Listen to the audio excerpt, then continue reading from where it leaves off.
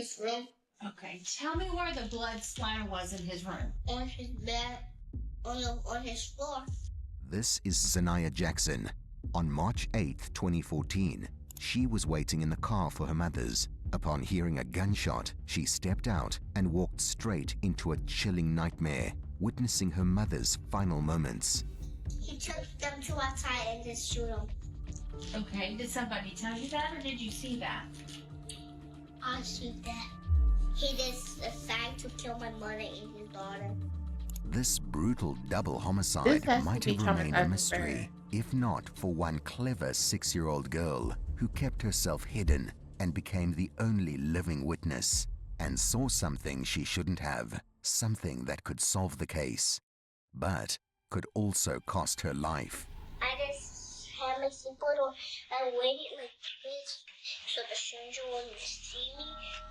On March 8, 2014, in response to the 911 call, detectives from the Houston Police Department arrived at the location and found themselves at a horrifying crime scene.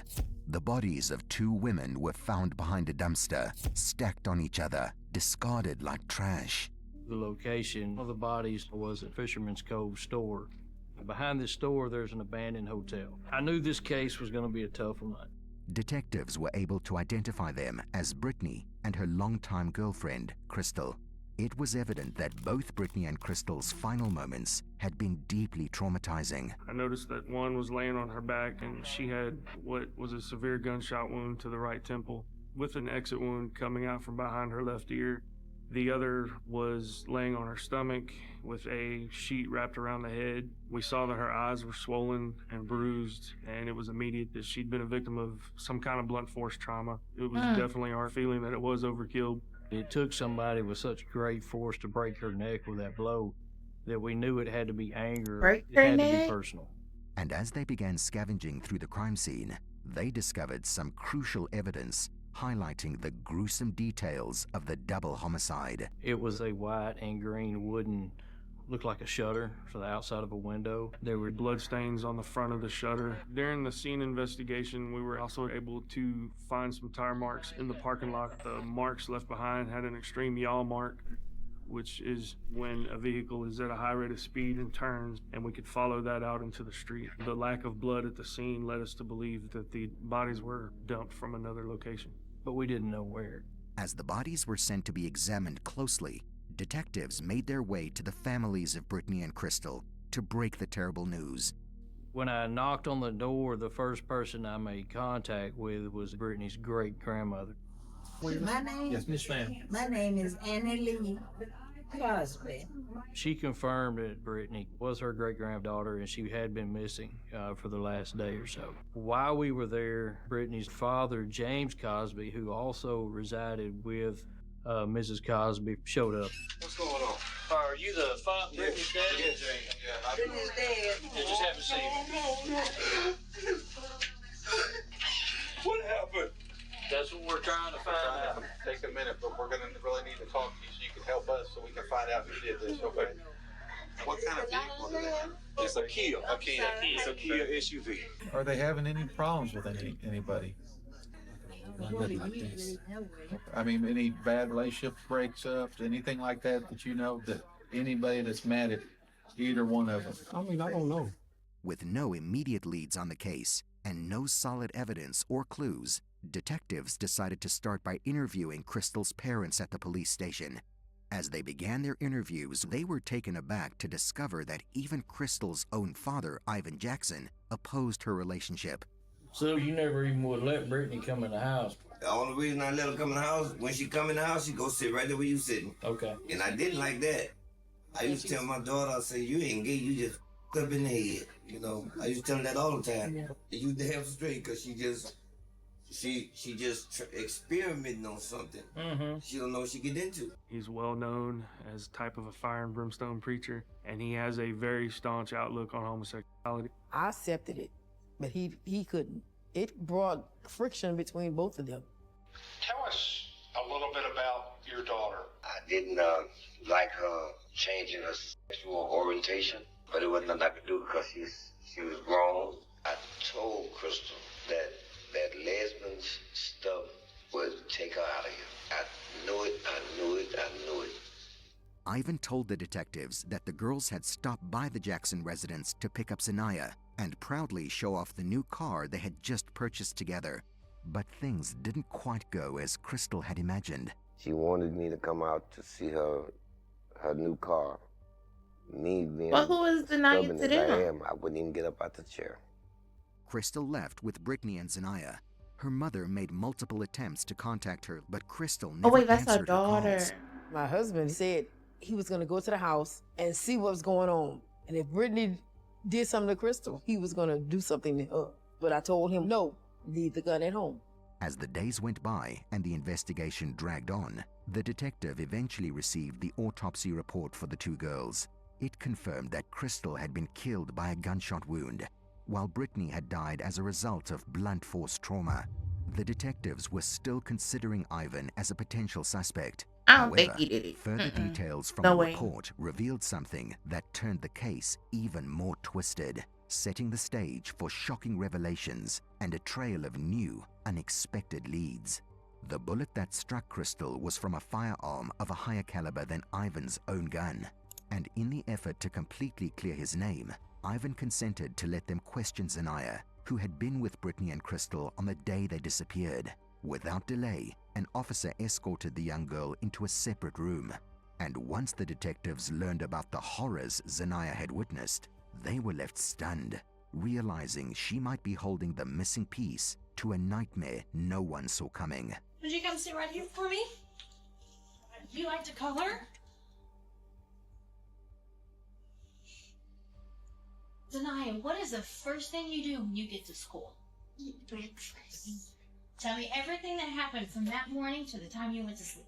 The morning when I was getting ready. I wonder how for she's school, doing today. my Like, mama was in the car, me and her. My mama such a pure said, soul should not have stay to in the witness car, something like that. and I stayed in the car. So I was taking my mom's on off. During the interview, the information they obtained from Zanaya was in bits and pieces and hard to put together. The police weren't convinced she fully grasped what had occurred that morning until she began describing an encounter she had had with a potential suspect. I heard something, so I thought it was a stranger. So I just sit it back. I just had my seatbelt on. I waited like this so the stranger wouldn't see me. Brittany, Crystal, and Zanaya used to stay at the Crosby residence with James and Annie. Detectives dwelled on the fact that if there was a stranger who had entered the Cosby house that morning, then why didn't James and Annie report it during the first interview? Detective Kitchens, a rookie handling his first homicide case, was certain that whatever Zanaya had witnessed was not a figment of her imagination. Determined to uncover the truth, he brought James Cosby, the only other person present that morning in the house, to the sheriff's office for questioning. You told me last you saw. Wait. So, it's my thing. I think Brittany's dad did it because he was just too quick, like just too quick to cry. Like, I'm not judging nobody's like grief or anything, but it was just like too quick. It was like a fake cry, but he must know something. Brittany was Wednesday night. No. Thursday morning. Yeah. What time did Crystal graduate? The same time they usually leave every morning. It was like just a normal morning. Nothing was out of the ordinary. Another mystery they couldn't solve was why did Crystal and Brittany leave and not take Zanaya to school that morning? And James didn't seem to have an answer to this either. That's the one thing that's out of the order. I was trying to figure out. That's because if normally they would take her to school, but yet they left her there that morning. No, man, I know you're doing the best you can. And as things come up, you know you got my number, so call anytime. Detectives spent hours interrogating James, trying to get more information out of him, but he wouldn't budge.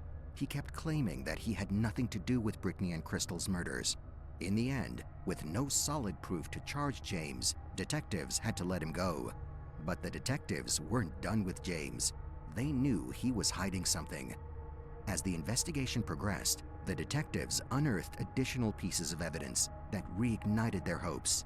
Among these discoveries were a bloody fingerprint, and CCTV footage that captured the women's car on the night they disappeared. The girls had just purchased their first vehicle, which was a 2006 Kia Sorento. We knew from what Mr. Cosby had said they left around 7:30, 7:35 that morning. So we wanted to try to get any video that we could anywhere in that area showing that vehicle. The CCTV footage was from a convenience store parking lot near the Cosby residence. But what they saw in another footage from a different part of the city left them stunned. Neither Brittany nor Crystal was in the driver's seat. Instead, the individual behind the wheel was clearly someone else. Based on the person's height and build, it was evident they were male. Unfortunately, the surveillance camera had been positioned too far away to provide a clear image of the driver's face, leaving the detectives frustrated, yet determined to dig deeper, slowly inching towards uncovering a crucial piece of evidence. The following day, exactly 1 week after the murders, James's family joined hundreds of grieving locals in downtown Houston for a large statewide memorial. On that same day, Detectives Kitchens and his partner decided to visit the Cosby house, hoping to gather more information.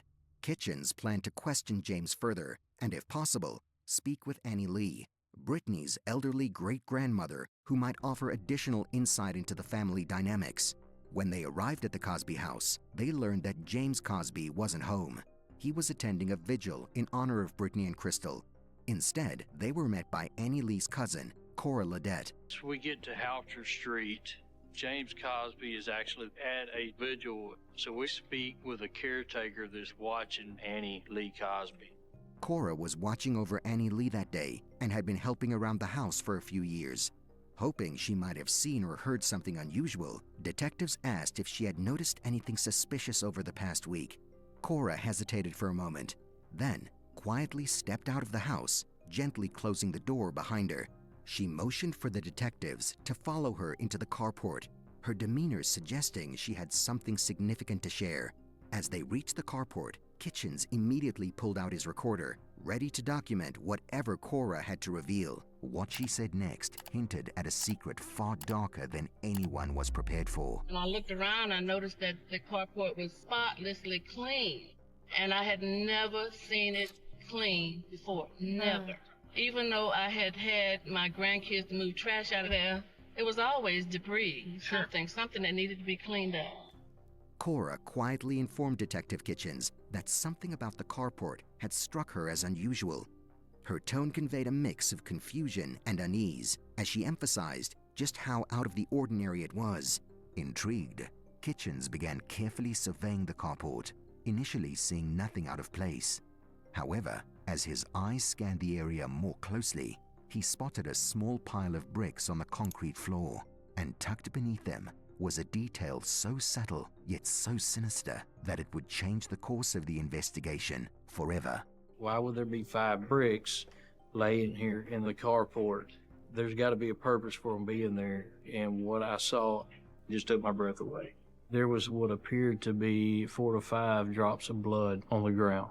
I immediately began to look even closer at that point, which is when I noticed 2 more drops of blood up near the door face. That led me to believe that we may be standing in our crime scene.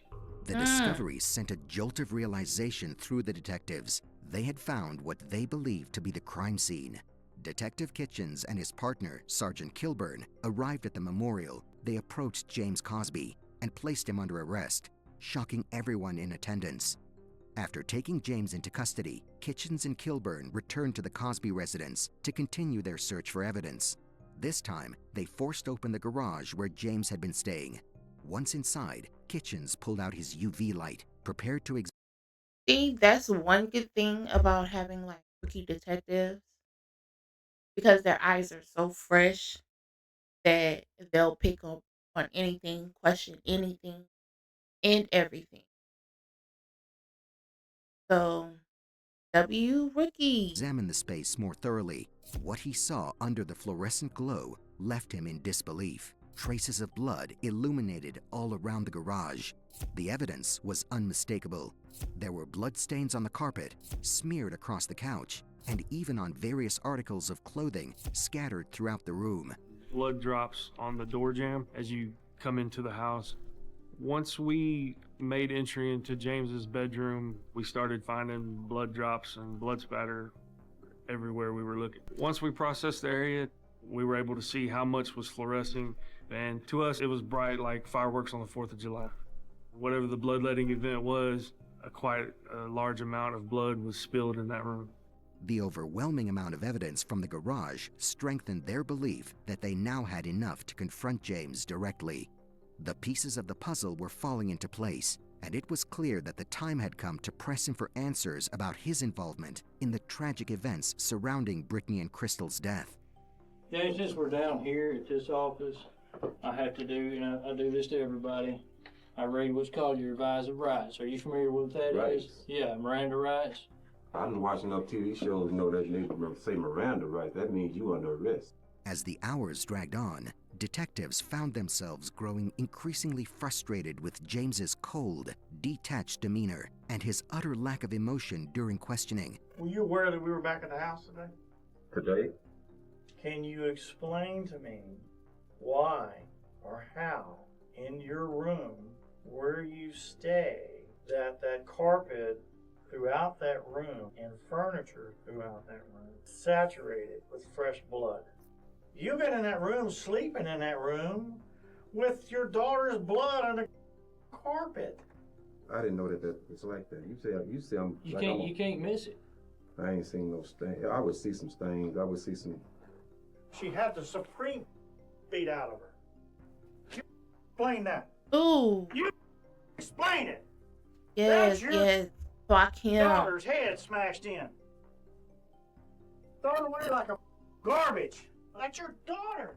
This is your daughter's brains coming out of the hole in her head. And James, you did it. And you did it. You did it.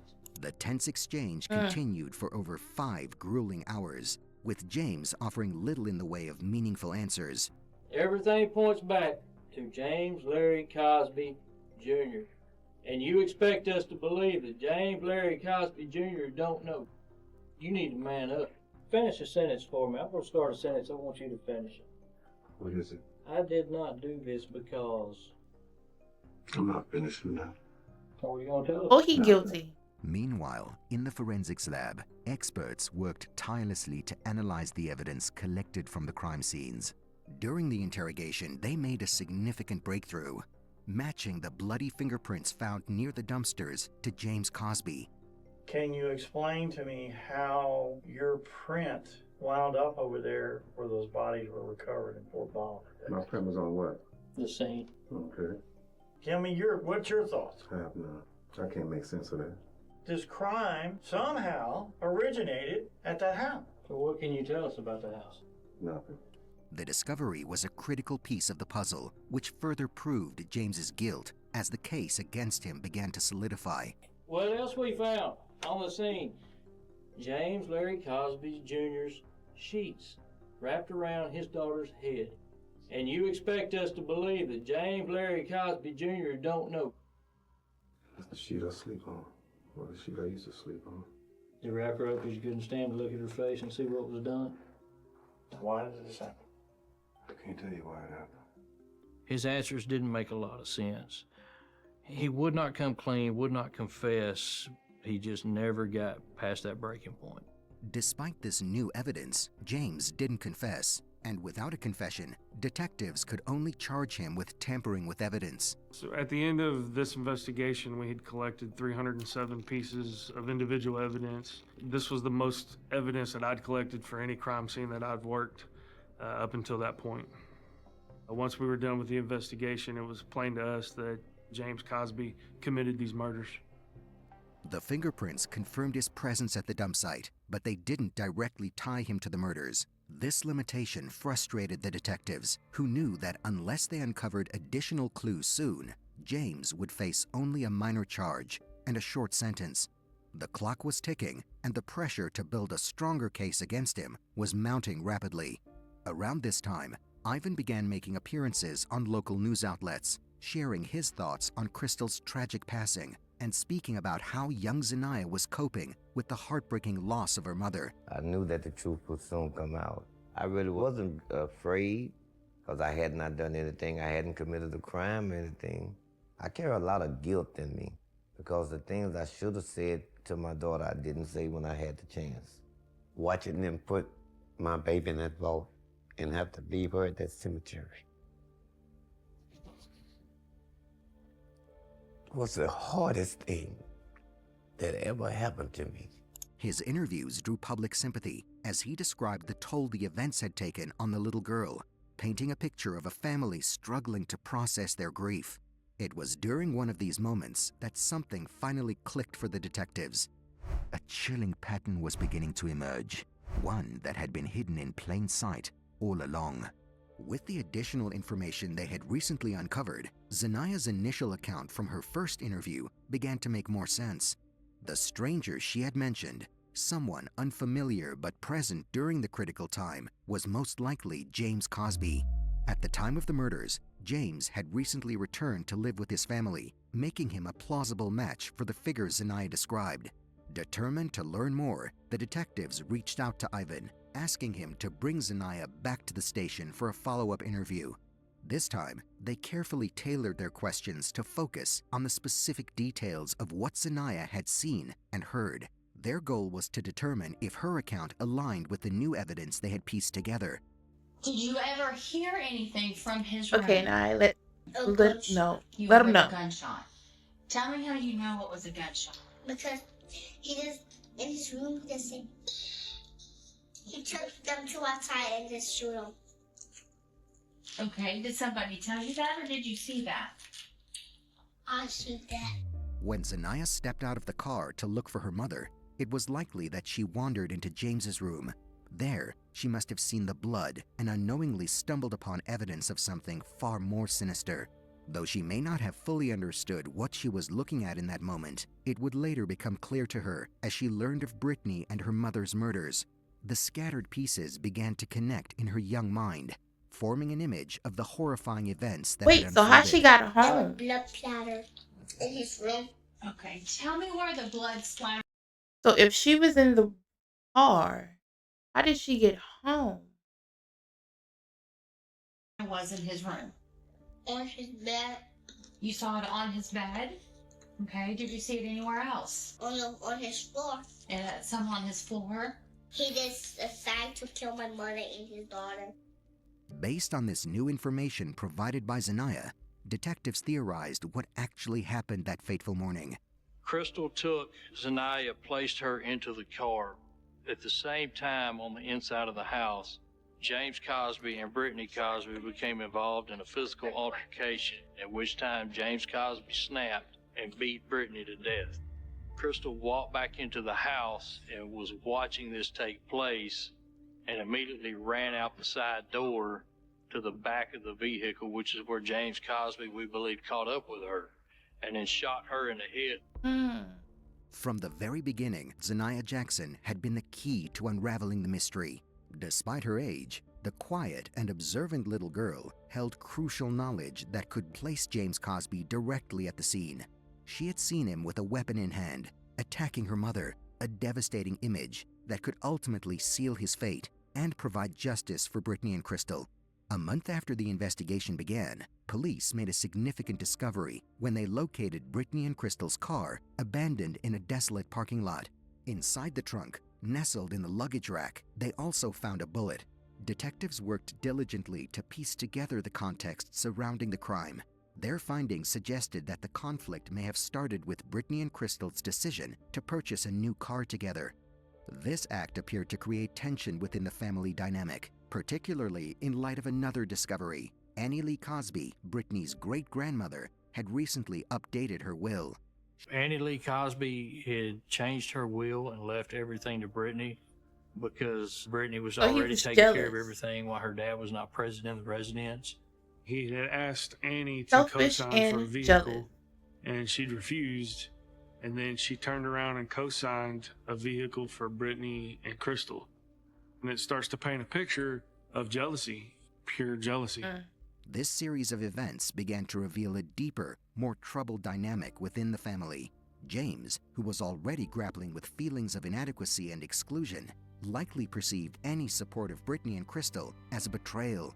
It became increasingly clear that this jealousy compounded by other underlying tensions, played a significant role in motivating his actions and setting the tragic events into motion. Me and my wife and my church family, we have been praying for life without a possibility of parole instead of the death penalty, because killing him is not going to bring either one of them back. No matter what the situation was, they didn't deserve to die. It's been really tough, but on the same token, that it has made me much stronger, because I know I have a responsibility to do now, and that's raise my grandbaby. After the case was officially closed, Ivan and Mary were granted full custody of Zanaya, providing her with the stability and love she desperately needed. Detective Kitchens, who had been a constant source of support throughout the investigation, became her godfather, forming a bond that would last for years. It's a relief. What we did for those families. Despite the overwhelming hardships she faced at such a young age, Zanaya, now a teenager, admirably found the strength within herself to heal and grow from the traumatic experience, showing that even in the face of the darkest moments, it was possible to find hope. What do you think you might want to do? I want to be a lawyer. What kind of lawyer? I want to work with the family against the criminal. What made you want to do that? My mom. So you want to be able to help other families the way attorneys helped yours? Yeah, it's okay. Think about the bright side of it, you know? If your parent was killed, you are the reason that everybody can be happy because they have you. You're like the seed. Like if you cut down a tree, you're the seed that fell on the ground. Wow. So it just sprouts up and you look just like them. That's beautiful. Do you think the only motive behind the murders came from jealousy? Or did James really hate Brittany and Crystal's lifestyle so much that he did the unthinkable? Let us know your thoughts. If you appreciate our content, consider becoming a member and unlock early access to exclusive content. I think it was like a mixture of both, like jealousy, greed, and then like him not liking their lifestyle, because it's just something that you can't just do like a like at a snap of a finger. So if you enjoyed this video, follow on my socials. Yeah, so you can get more content.